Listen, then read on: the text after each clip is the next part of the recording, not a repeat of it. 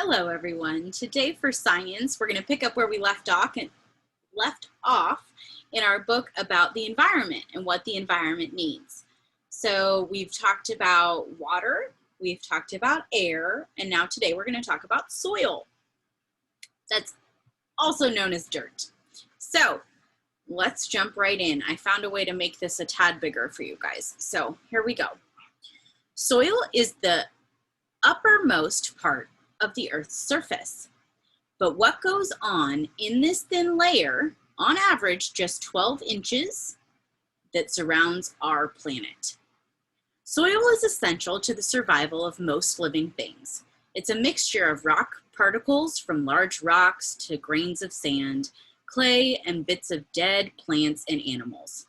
Air and water circulate through the soil, which teams with all kinds of life forms, from mice and earthworms to plants, bacteria, and fungi.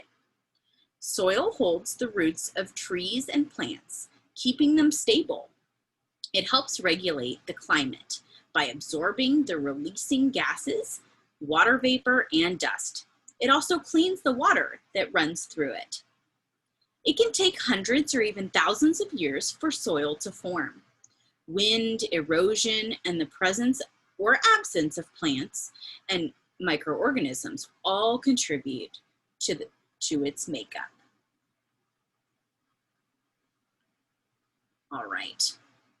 What is soil? Soil is composed of 4 elements. 1, water.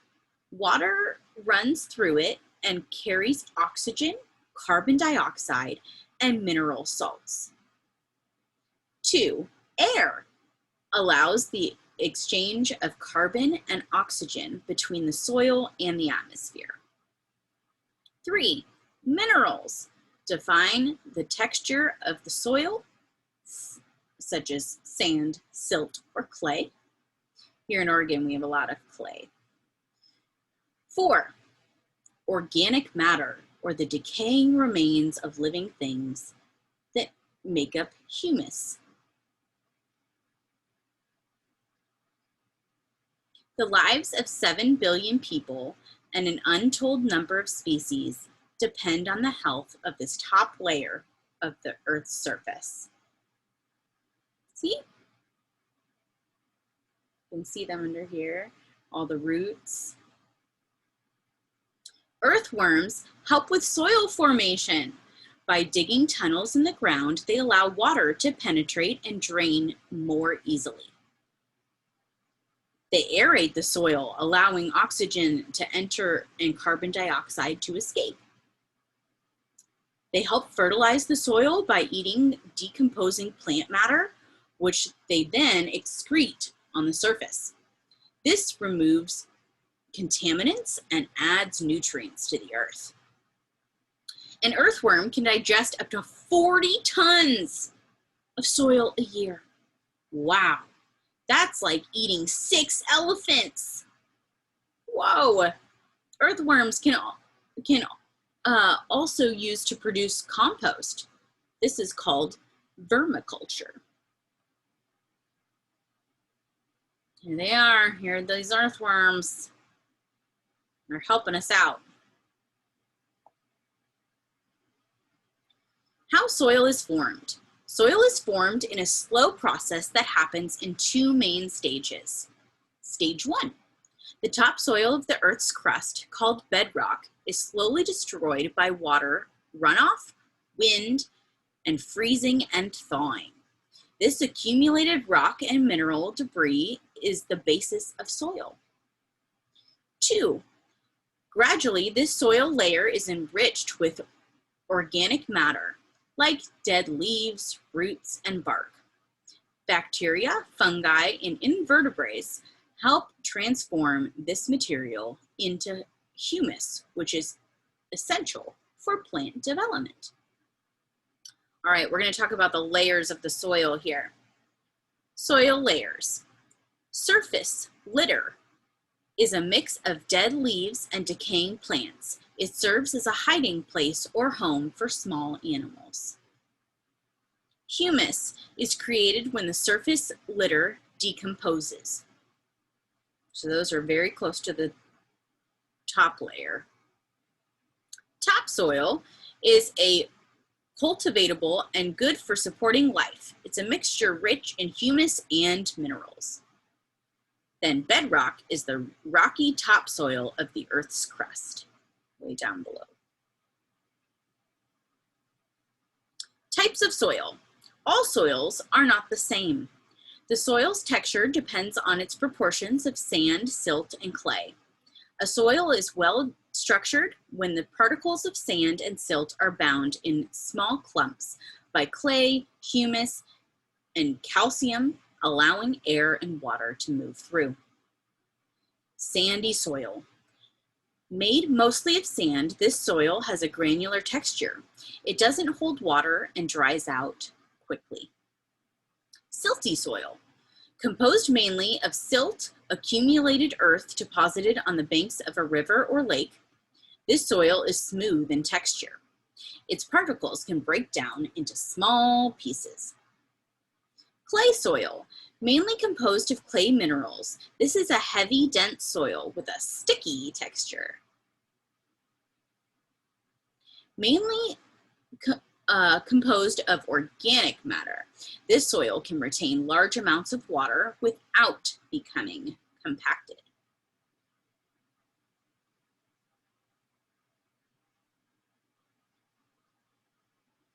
All right, here we go. The role of soil. It allows the production of food, fuel, fibers, and other materials needed for human activities. It filters and cleans the air that runs through it to replenish groundwater reserves. It helps control floods by absorbing and holding back water. It removes and stores carbon from the air, which lowers carbon dioxide levels in the atmosphere. It provides a habitat for several thousand species of animals, plants, and microorganisms. It helps the memory of human civilizations by preserving buried objects from the past. It provides a foundation for buildings and roads we use every day. It forms features of the landscape. 1 billion microorganisms can be found in a single teaspoon of soil, representing up to 10,000 different species. So that's an activity you can do. You can go take a teaspoon and go scoop up some soil and take a look at it. Feel the soil. Feel how much is in there in each little granule, all those microorganisms. And then wash your hands, of course, but why not get a little dirty? All right, let's find out what's happening to the soil and what threatens it in our environment. Soils have formed over tens of thousands of years, but it has taken only a few hundred years of human activity to pollute them. So we talked about air pollution, now we're talking about soil pollution. Human activity has degraded the quality of soil in a number of ways.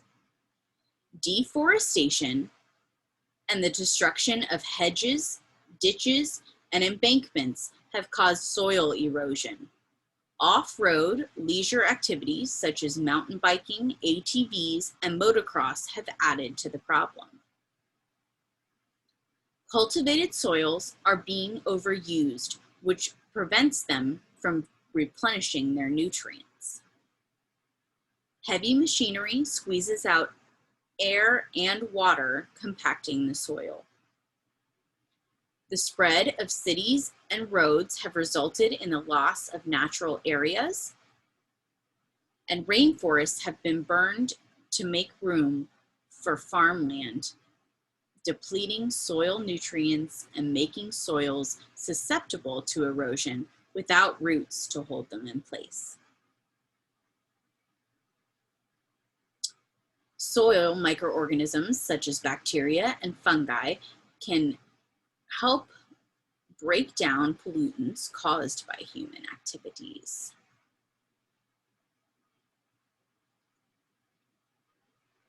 Soil pollution. Many types of pollutants settle into the soil, affecting the plants and animals that live there. Industrial oils, heavy metals, detergents, hydrocarbons, solvents, varnishes, and paints. Chemicals such as fertilizers, insecticides, and herbicides. Solid non-organic waste that has been dumped and not disposed of properly, including old appliances, furniture, tires, and mattresses. Let's find out their impact on the environment. Depletion of ecosystems, since not as many plants and animals can live in or on polluted soil.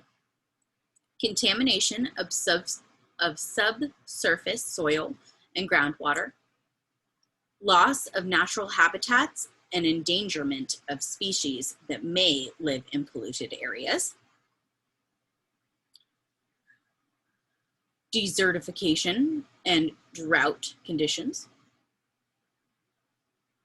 Depletion of soil nutrients, leaving less farmland for food crops. Here are the impacts on humans. Decline of food production and water quality, leading to poorer health and reduced quality of life. It's really important. Loss of arable land, which can drive people from their homes in some areas of the globe. Cleaning up polluted soil. There's a natural process for cleaning the environment called phototermediation. Does this say the word? Oh, it doesn't have a definition for me. Okay, living plants absorb, detoxify, and neutralize contaminants and collect them in their top growth, the parts that grow above the ground. These plants can be harvested and then dried, composted, or disposed of as hazardous waste. This process enriches biodiversity and conserves the structure and properties of the soil. When soil contamination is too great, the polluted layer must be excavated and removed. So here's a little magnifier. 95% of our food comes directly or indirectly from the ground. Keep that in mind. A small watch battery can contaminate a place of soil about the size of a bath towel for 50 years. So when you think about throwing a battery in the garbage, don't do it. Take it to a recycling center. All right, this will be our next lesson tomorrow about energy. Actually, maybe not tomorrow. I might save it for Monday and do something fall related since we're now in the start of fall for tomorrow for science. All right, I am going to share with you real quick a little video. It's called What's the Dirt on Dirt?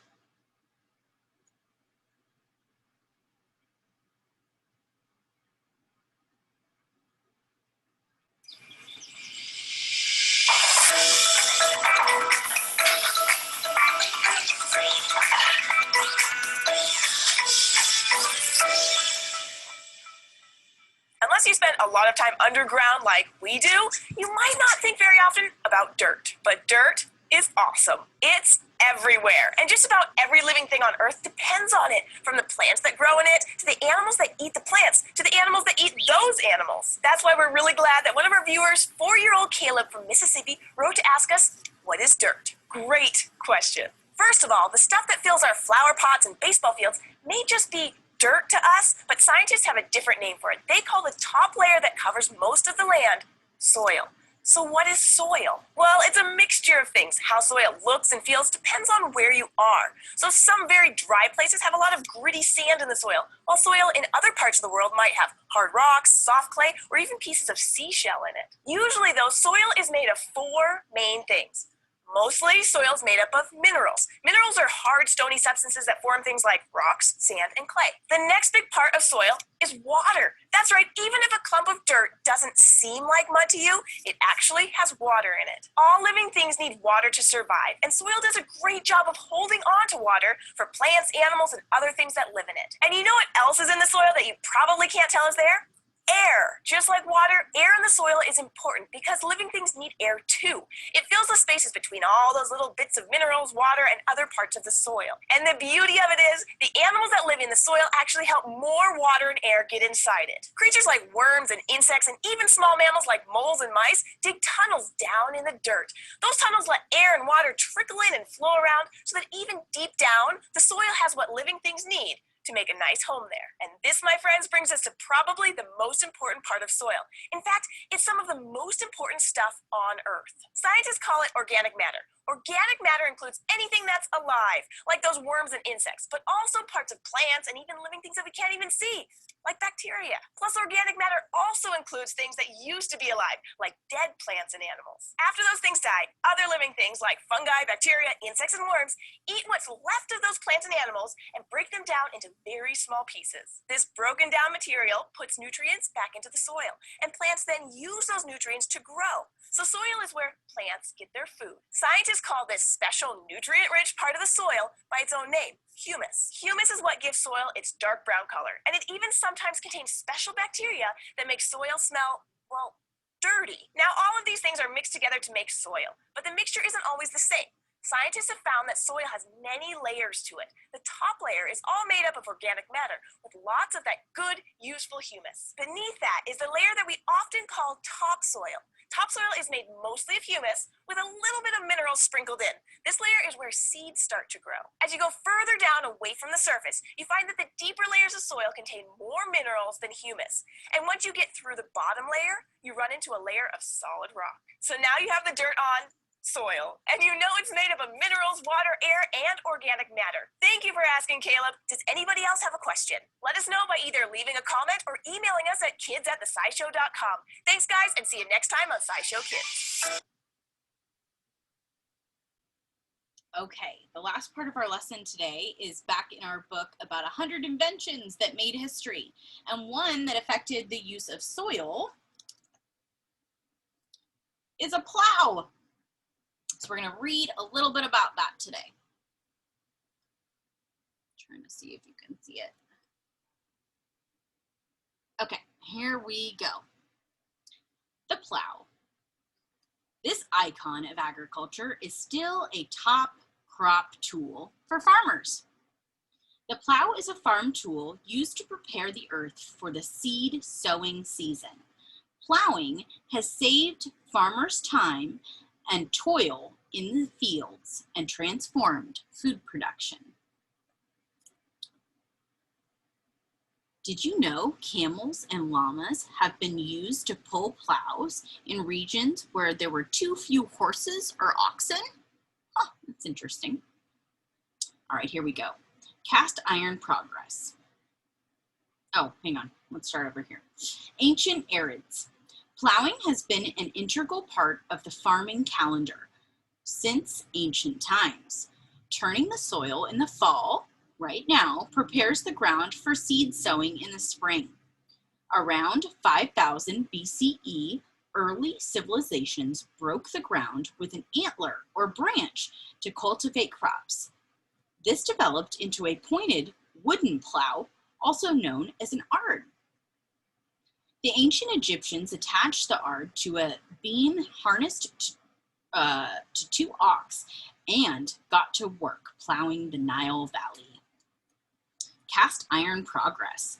During the 1800s, the design of the plow improved when the wooden point was flattened into a blade of iron. Called a share, this blade sliced into the ground, loosening and turning the soil. The result was a neat strip of soil or furrow running through the land. The plow set the stage for the agricultural revolution, reducing the effort required to produce large quantities of crops. Metal blades are still used to cut furrows today. By the way, Medieval plows were so heavy that it was not uncommon that 8 oxen had to pull a single machine. Wow, that's a lot. It paved the way for, in 1700, Englishman Jethro Tull invented the seed drill. This device dropped seeds down a chute into a furrow in organized rows called drills.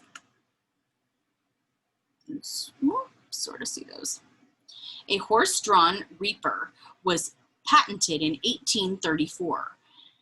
Cyrus McCormick mechanism made cutting and gathering crops less strenuous. Okay, here's the handle is made of is held and steered by the farmer. So this is the whole plow here. All right. Steam-powered plows. By the 1860s, the invention of the steam engine made animals the second choice for pulling plows. English engineer John Fowler devised the double engine system, in which steam engines on both sides of a field pulled anti-balance plows on a steel rope. These tipped at each end so the land could be plowed back and forth, producing 6 furrows at a time. Fowler's plows were exported to Europe and Africa, but the expense meant that only large farms used them.